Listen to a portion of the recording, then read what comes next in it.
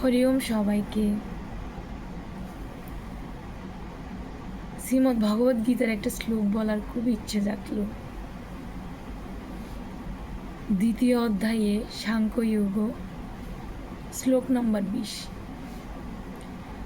ন জায়তে মিয়তে বা কদাচিৎ নায়ম বুদ্ধবা ভবিতা বা ন ভূয়ঃ আজো নিত্য শাশ্বতয় পূরণ নহন্যতে হন্য মানে শরীরে।